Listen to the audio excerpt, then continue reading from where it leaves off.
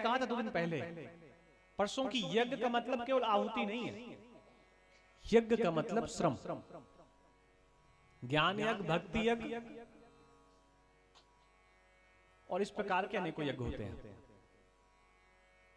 देवगुरु बृहस्पति ने कहा कि मैं एक ऐसे यज्ञ को जानता हूं जो करने से हमेशा हमेशा के लिए तुम स्वर्ग पे बैठ जाओगे।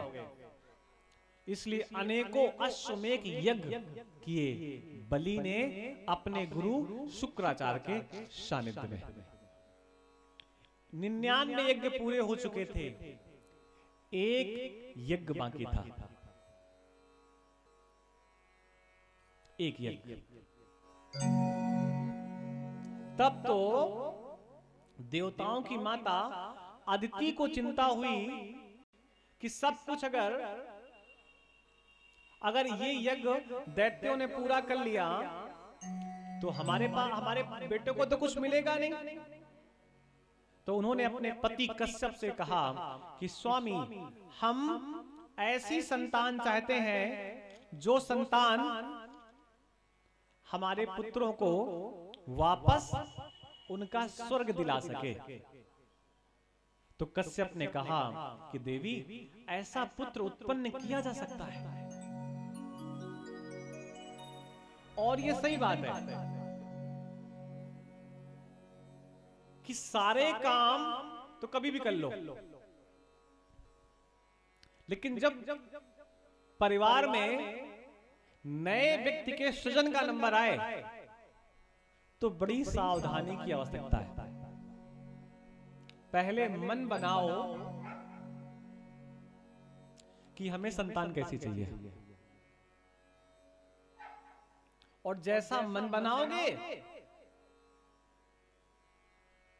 वैसी संतान आ जाएगी। उसके नियम होते हैं। बस एक लाइन में समझिए कि कोई संतान गर्भ में उस समय आई, एक लाइन समझिएगा, उससे बाकी उसमें अर्थ लगाइएगा।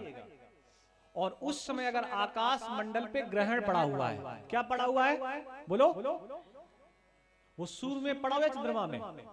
अगर सूर्य में भी पड़ा होगा तो अंधेरा हो जाएगा, और चंद्रमा में पड़ा होगा तो भी कुछ न कुछ दिक्कत होगी। तो अगर ग्रहण उस समय पड़ा है जिस समय बालक गर्भ में आया है, तो इसका एक मतलब है उसके जीवन भर के लिए आपने ग्रहण बना दिया। समझ गए? इसलिए पहले मन तो बनाइए कि संतान कैसी चाहिए। अब वो ताली बजाने वाले आ गए और उसी समय आपने कह दिया कि संतान हो जाए। अब देख किसको रहे हैं? ताली बजाने वालों में। अब हो गई संतान 10-11 महीने बाद, बज रही ताली। फिर क्या होगा? फिर आप परेशान होंगे।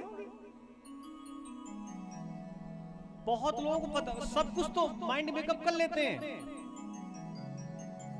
और जहां पे सबसे ज्यादा इन्वेस्टमेंट की जरूरत है वहां व्यक्ति भूल जाता है। एक ही संस्कार आजकल जिंदा है, उसका नाम क्या है? वो समापन में होता है,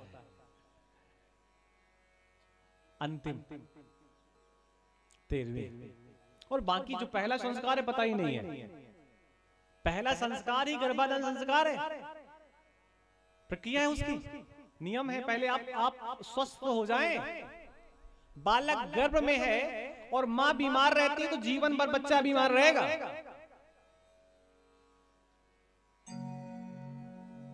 कश्यप ने कहा, देवी एक व्रत करो। व्रत का नाम क्या है? पयो व्रत। और इस व्रत को अगर आप पूरा कर लेंगी तो आपको श्रेष्ठ संतान मिलेगी।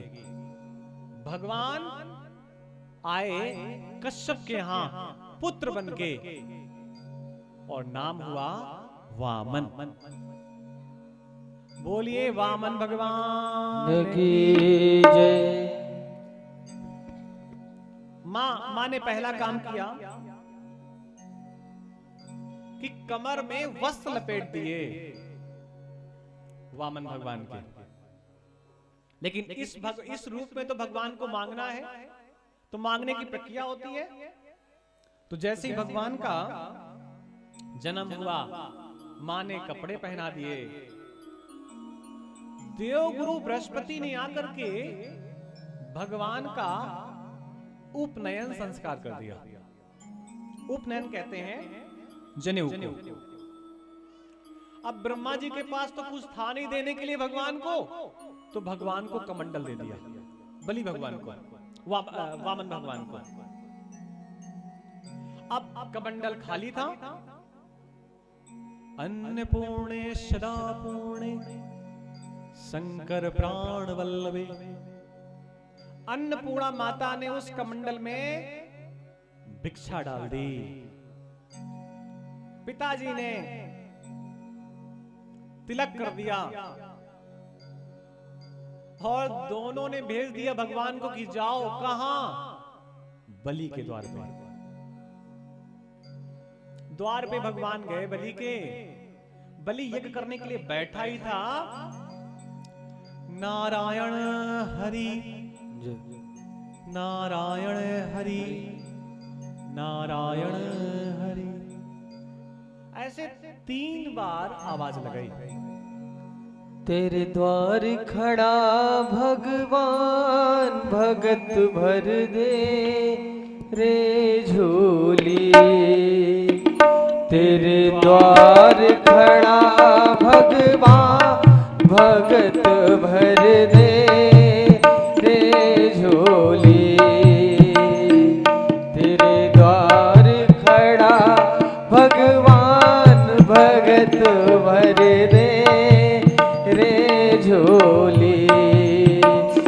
जुग जुग होगा बड़ा एहसान, जुग होगा बड़ा एहसान, कि जुग जुग मेरी होवे शान, भगत भर दे तेरे झोली।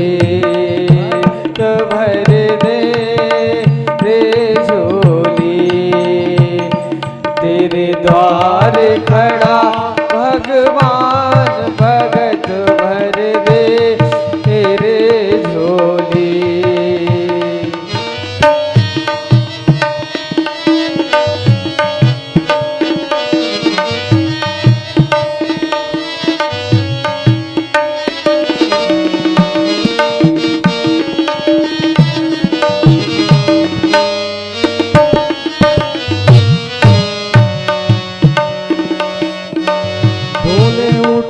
सारी धरती देख ले, डोला गगन है सारा हो। डोल उठी सारी धरती देख ले, डोल उठा गगन सारा। भीख मांगने आया जगत, जगत का पालन हारा। भीख मांगने आया तेरे घर, जगत का पालन हारा। मैं आज तेरा मेहमान, मैं आज तेरा मेहमान, के जुग जुग रहेगी तेरी शान, भगत भर दे झोली। तेरे द्वार खड़ा भगवान, भगत भर दे रे झोली। भगत भर दे रे झोली।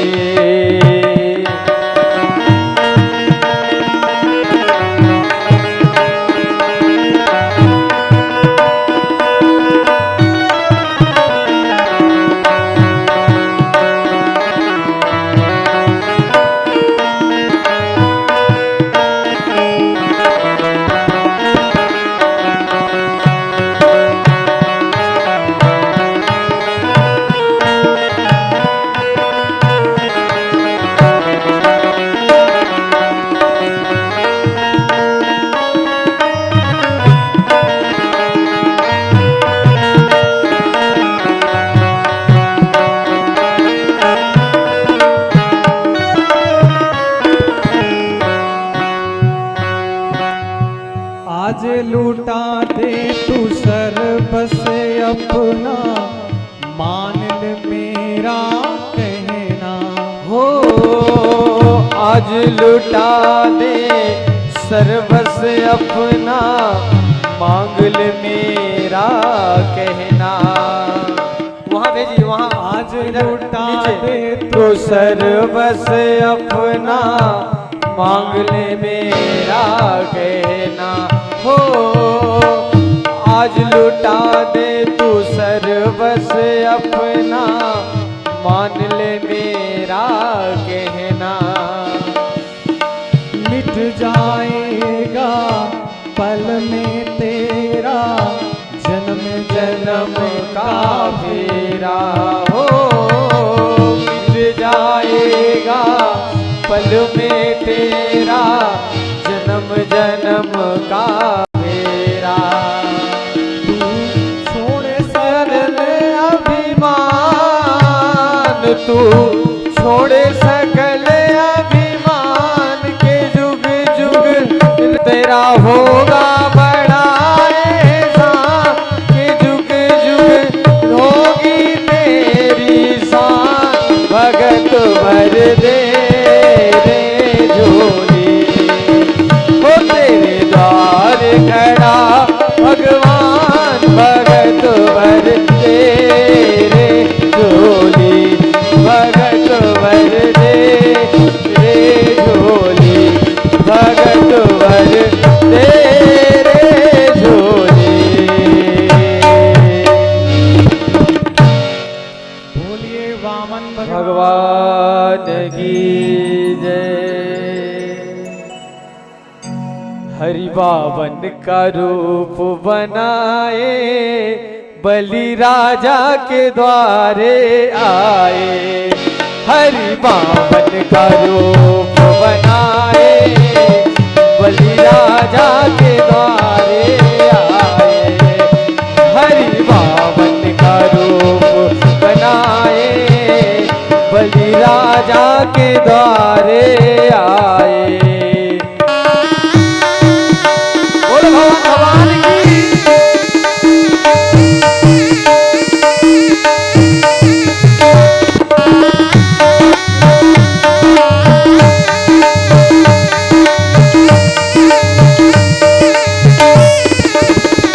हाथ लकुटी ली और कमंडल लिया, हाथ लकुटी ली और कमंडल लिया, और जनेऊ है लटकाए, और जनेऊ है हृदय लटकाए।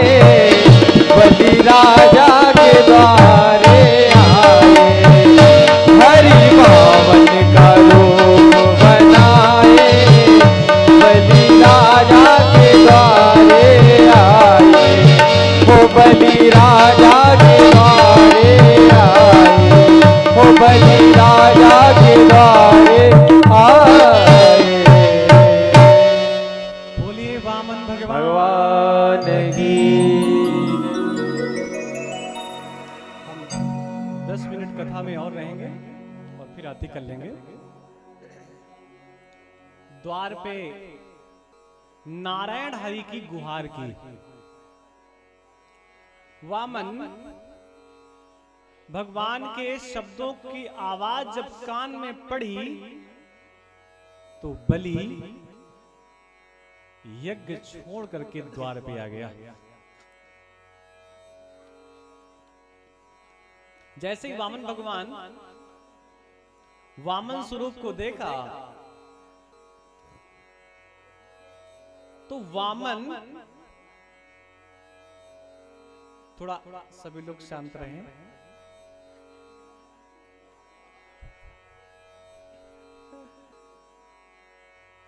आज भगवान बलि के द्वार में आए हैं। बहुत कथा को समझिएगा ध्यान से, थोड़ा भी भूल जाएंगे तो चूक जाएंगे। आप सोचिए बलि ने ऐसा कौन सा पुण्य किया कि स्वयं सबको देने वाला आज भिक्षुक बन करके बलि के द्वार में आ गया। कितने श्रेष्ठ पुत्र रहे होंगे। बलि के जो बाबा हैं प्रहलाद, पिता विरोचन, ये स्वर्ग से झांक रहे हैं और बलि की भूरी भूरी प्रशंसा कर रहे हैं कि जो मैं नहीं कर पाया वो तूने कर दिया। परमात्मा को भिक्षुक बना दिया। आज प्रहलाद जी बड़े प्रसन्न हैं।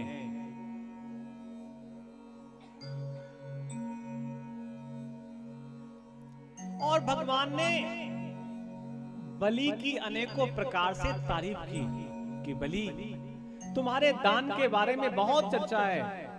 तुम्हारे जैसा श्रेष्ठ दानी कौन हो सकता है? तुम्हारे पिता विरोचन कितने पुण्यवान थे और विरोचन के पिता प्रहलाद, जिनकी गोद में, जो भगवान की गोद में खेले।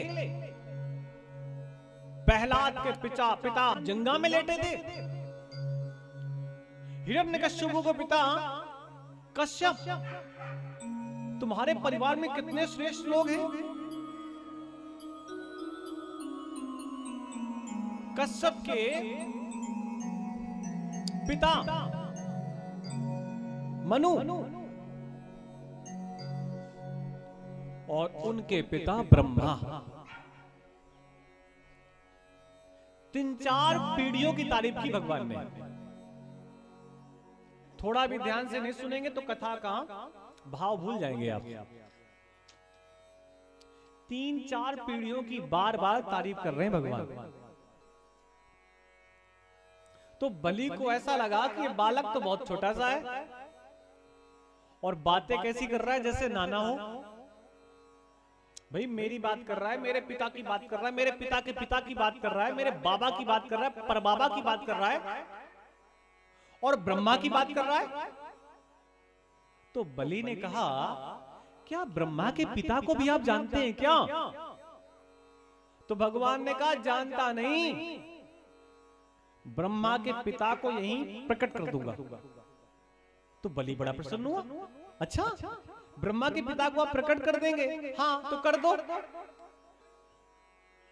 तो वामन भगवान ने कहा, उसके लिए हमें ध्यान लगाना पड़ेगा।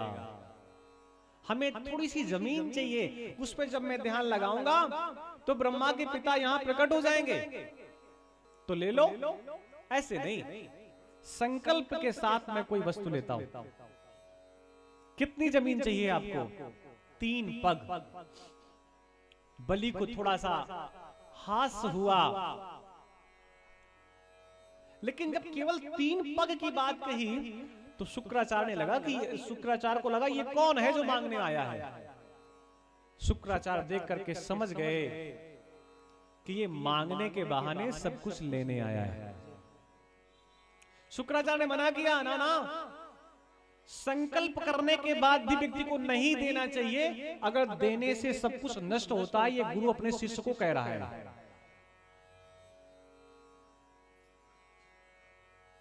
भगवान ने कहा, संकल्प के साथ 3 पग जमीन लूंगा।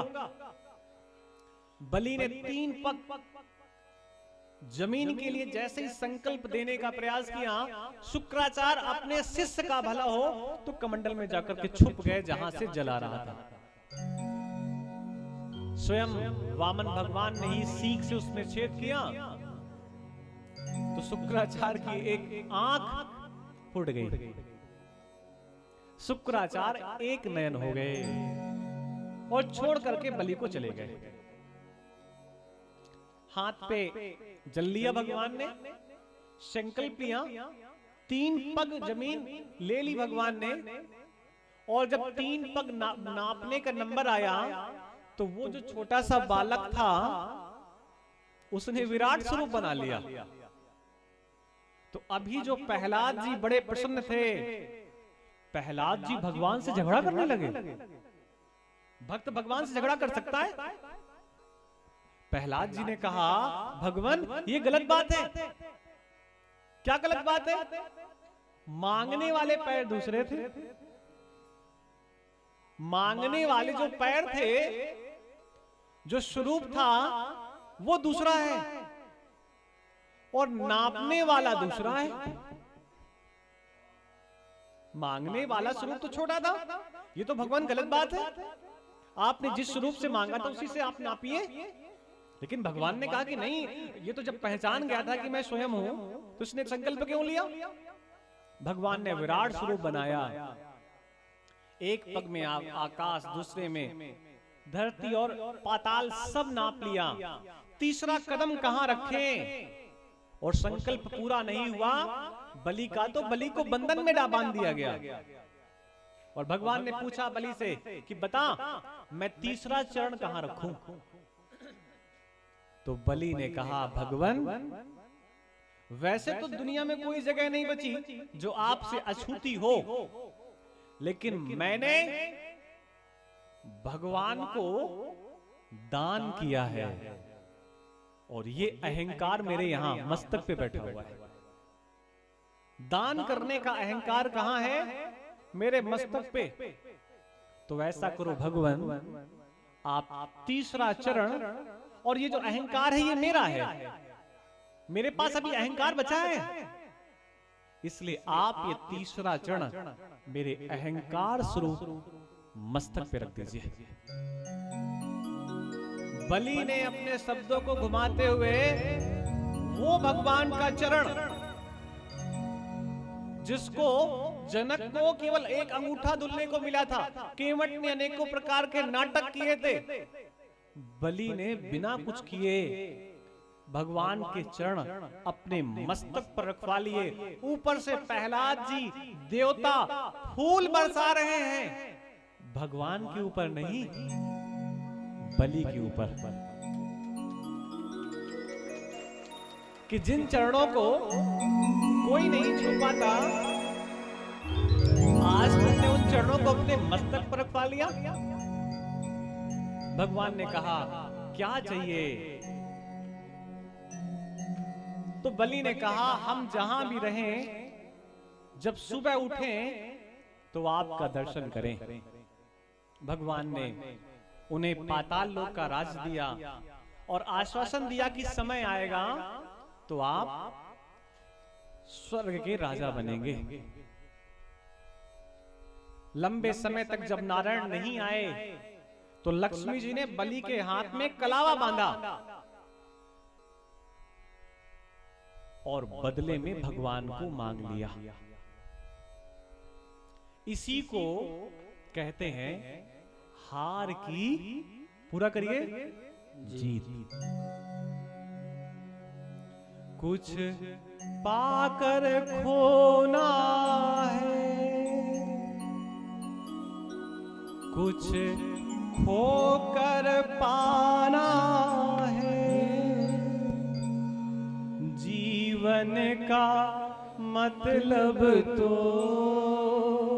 सभी लोग आइए, आना और जाना है, दो पल के जीवन से एक उम्र चुरानी है, दो पल के जीवन से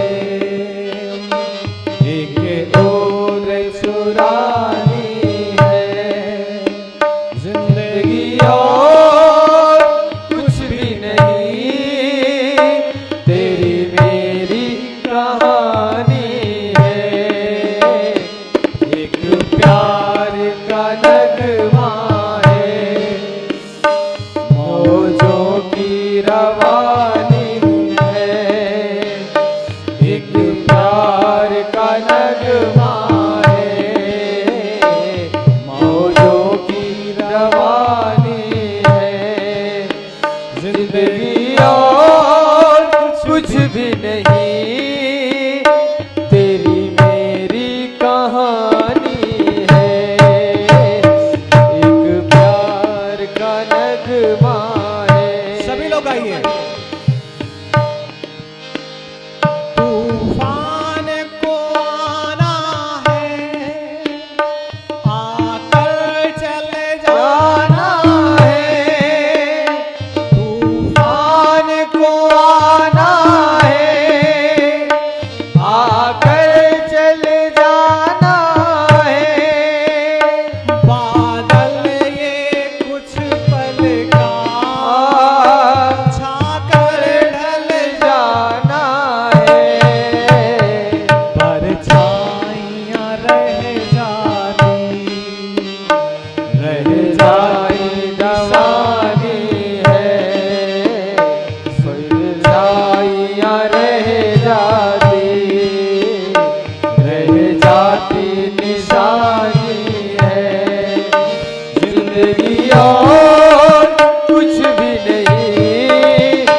जिंदगी और कुछ भी नहीं, तेरी मेरी कहानी है, एक प्यार का नगमा है, मौजों की रवानी है।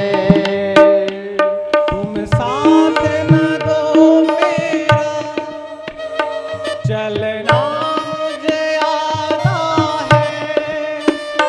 तुम साथ न दो मेरा, चलना मुझे आता है, हर आग से वाकिफ हो जलना मुझे आता है, तकदीर के हाथों से तकदीर बनानी है।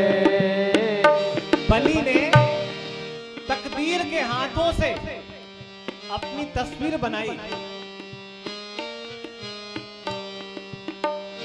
तकदीर के हाथों से तकदीर बनानी है, जिंदगी और कुछ भी नहीं, जिंदगी और कुछ भी नहीं, तेरी मेरी कहानी है, एक प्यार का नगमा है, मौजों की रवानी है, एक प्यार का नगमा है, मौजों की रवानी है, जिंदगी और कुछ भी नहीं, तेरी मेरी कहानी है, एक प्यार का नगमा है।